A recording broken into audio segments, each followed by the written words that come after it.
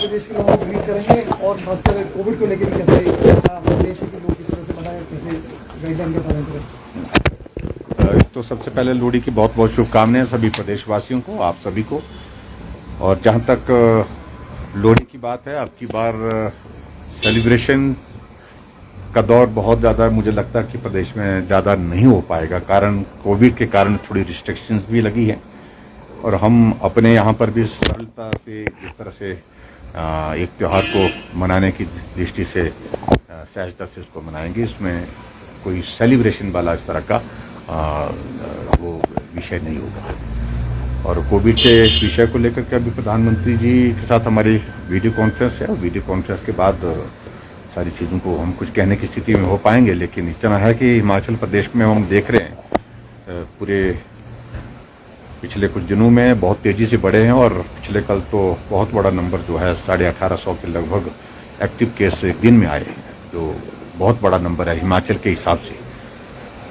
चिंता का विषय है, लेकिन फिर भी एक थोड़ा संतोष का विषय यह है कि अभी तक हॉस्पिटल में एडमिशन्स की ज़रूरत बहुत ज़्यादा नहीं पड़ रही है। 1-2 दिन बुखार और ज़्यादातर केसेस इस तरह के हैं, और जिसके कारण लोग घर में होम आइसोलेशन में रह करके ही अपना ट्रीटमेंट कर रहे हैं और अपना देखभाल कर रहे हैं। सरकार की ओर से जो बेस्ट पॉसिबल मदद उनको होम आइसोलेशन में जो की जा सकती है वो कर रहे हैं।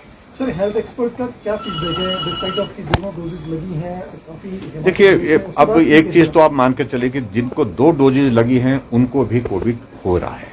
ऐसे अनेकों मामले हमारे सामने प्रदेश के अंदर भी है, देश के अंदर भी। तो ऐसे में यही है कि बचाव ही एकमात्र रास्ता है जिसके लिए बेहतर ढंग से करना चाहिए।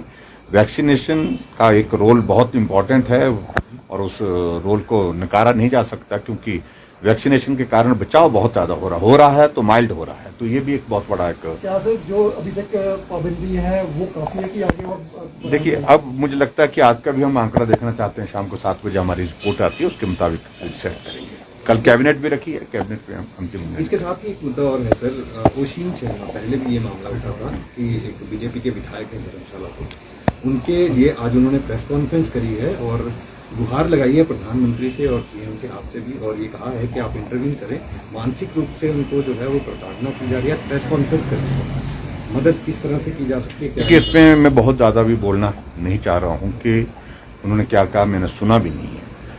उनकी बात सुनने के पश्चात जो उचित करने का होगा, कानून अपना रास्ता लेता है, उसके मुताबिक सारी चीज़ें होती हैं। Thank you.